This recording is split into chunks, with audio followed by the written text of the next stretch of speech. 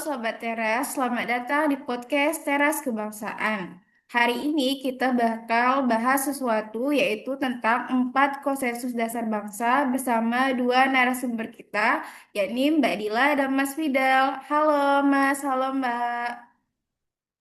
Halo Halo, Sobat Sobat Teras, Teras. senang banget nih bisa ngobrolin ini. Topik ini tuh penting banget karena ini sebenarnya tuh fondasi rumah kita yaitu Indonesia. Iya, betul. Bener banget itu, Mbak. Oke Mas, Mbak, sebelum masuk ke poinnya, kenapa sih istilah sekarang tuh disebut konsensus dasar? Dulu kan kita kenal dengan namanya 4 pilar. Nah, ini poin bagus. Istilah konsensus itu digunakan karena ini adalah hasil kesepakatan bersama para pendiri bangsa kita yang latar belakangnya itu berbeda-beda. Jadi kalau pilarnya kesannya tuh terpisah-pisah. Tapi kalau konsensus, nah ini adalah satu kesepakatan yang bikin kita tetap tegak sebagai negara. Konsensus ini, 4 konsensus ini juga sebenarnya ibarat kayak operating system kita, kayak OS kita di HP kita tuh. Nah, meskipun HP-nya model terbaru, eh, zamannya berubah. Kalau OS-nya nggak stabil, ya aplikasinya tuh bakal force close terus gitu loh. Indonesia itu aplikasinya, sedangkan konsensusnya itu OS-nya. Kayak OS yang ada di handphone-handphone ya Mbak ya, yang terus di-upgrade Iya, agar bisa iya benar. menyesuaikan dengan zaman yang terus berubah. Oke, masuk ke yang pertama nih Mbak. Kan ada 4 itu, Pancasila dan Undang-Undang Dasar 1945. Rasanya semua orang itu hafal ya Pancasila, Mbak. Tapi apa sih intinya dalam kehidupan modern sekarang? Boleh Mas atau Mbak yang jawab? Eh, Terima kasih.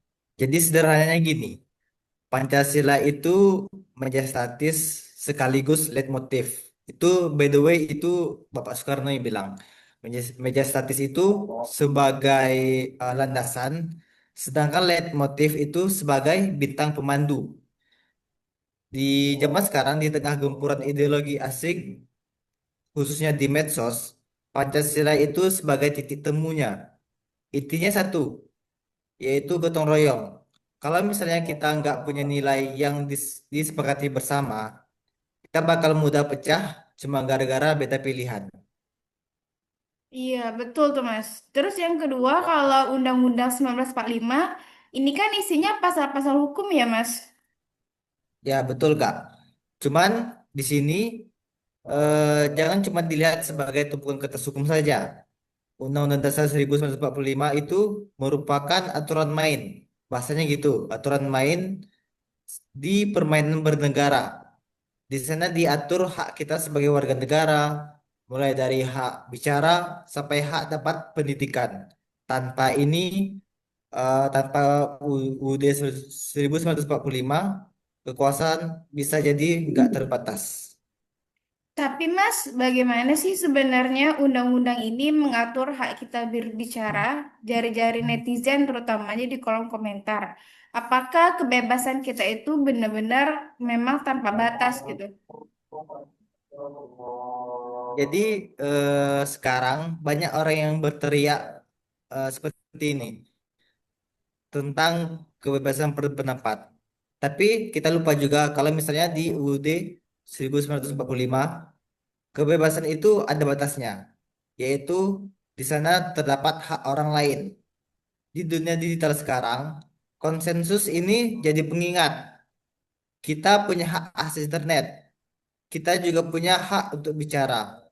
Tapi kita juga lupa kalau kita juga punya kewajiban hukum.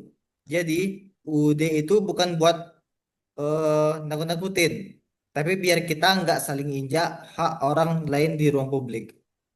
Jadi sebagai pengingat kita juga ya Mas dalam bermedia Betul, Kak. sosial. Terkait poin ketiga yaitu NKRI dan Bhinneka Tunggal Ika. Kalau NKRI ini kan harga mati ya kalau kata orang-orang ya Mbak. Iya, benar banget. Eh, NKRI itu eh, kayak bentuk rumahnya gitu loh. Kita sepakat bentuknya tuh kesatuan, bukan federasi. Kenapa? Supaya dari Sabang sampai Merauke punya ikatan emosional dan hukum yang sama. Kita satu nasib gitu loh. Tapi kan Indonesia tuh beda-beda banget ya Mbak. Ada suku, bahasa, agama. Nah ini tuh nyambung ya keempatnya. Bhinneka Tunggal Ika tuh gimana sih menurut pandangan Mbak? Ya, tepat, tepat sekali. Ini adalah pengikatnya gitu loh. Bhinneka Tunggal Ika itu pengakuan bahwa kita memang beda, tapi perbedaan itu bukan masalah. Justru itu kekayaan kita. Ini konsensus yang bikin kita nggak maksa semua orang jadi sama gitu loh. Kita bersatu karena kita berbeda. Tapi kalau bicara tentang RKR ini, kan zamannya sekarang tentang K-pop. Anak-anak muda tuh suka sekali sama K-pop. Gaya Barat, gaya Arab, semua masuk nih ke Indonesia. Apa kita masih perlu senasionalis itu sampai bilang NKRI itu harga mati, Mas, Mbak? Jadi warga dunia itu boleh, bahkan bagus. Eh, tapi bayangkan kalau Indonesia nggak punya identitas atau pecah-pecah jadi negara kecil gitu loh. Kita cuma bakal jadi penonton dan pasar doang buat negara lain. NKRI itu wadah supaya suara kita di dunia internasional tetap besar dan dihormati. Kita kuat karena kita satu gerbang besar gitu. Oke, terakhir nih, Mas atau Mbak, buat anak muda atau netizen, gimana sih cara bawa empat konsensus dasar ini ke media sosial? Apalagi kalau lihat di kolom komentar kan orang-orang tuh saling mudah sekali beradu argumen, mudah sekali terpancing gitu loh. Gimana sih Mbak? Ada nggak pesannya gitu untuk anak-anak Gen Z terutama? Gimana Mas? Jadi menurut saya gampang sebenarnya. Sebelum kita ngetik komentar atau bikin konten misalnya, coba tanya ke diri sendiri. Konten saya ini memecah belah atau anti NKRI atau enggak? Kemudian menghargai perbedaan bineka enggak? Atau malah menyebar hoax yang melanggar etika Pancasila? Kalau misalnya kita pegang dasar itu, internet kita bakal lebih adem. Oh, jadi itu yang harus kita pegang ya, Mbak, Mas. Mengingat juga bahwa algoritma sosial media itu kan sekarang tuh hanya setuju sama hal-hal yang kita mau aja. Akhirnya kita jadi makin susah nih terima perbedaan. Jadi mudah berantem sama prinsip Bhinneka Tunggal Ika. Kayak Betul gitu kan, banget. Mas? Jadi yang namanya algoritma ya. Algoritma itu sendiri merupakan musuh alami keberagaman kalau kita nggak sadar. Kita jadi mikir nih, oh ternyata semua orang setuju gitu sama pendapat kita. Padahal itu cuman di lingkungan kita atau bahasanya itu bubble kita loh. Di sini pentingnya Bhinneka Tunggal Ika sebagai mindset. Kita harus saling, kita harus sengaja mecahin bubble itu. Berhenti follow yang itu aja. Coba sesekali dengerin perspektif orang lain. Bersatu itu butuh usaha, bukan otomatis. Berarti kita kalau dalam menggunakan sosial media itu kalau perlu nge-follow-nya jangan nge-follow yang itu aja ya Mas ya. Betul, betul, betul Kak. Eh, Wah seru banget ya teman-teman. Jadi ada empat konsensus dasar yang harus kita ingat terutama bagi Gen Z yang ada di luar sana. Boleh diulang sekali lagi Mas, Mbak, apa aja empat poin konsensus dasar itu? Iya, 4 poin konsensus dasar itu yang pertama itu Pancasila, terus Undang-Undang Dasar 1945, NKRI, dan Bhinneka Tunggal Ika.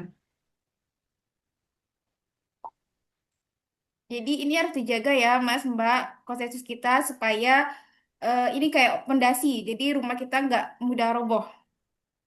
Iya, benar-benar. Betul, Kak. Oke, Sobat Teras, tadi adalah obrolan singkat kita. Semoga bermanfaat. Saya narasumber Harum pamit undur diri bersama dua narasumber kita, Mas Fidel dan Mbak Dila. Sampai jumpa di episode berikutnya.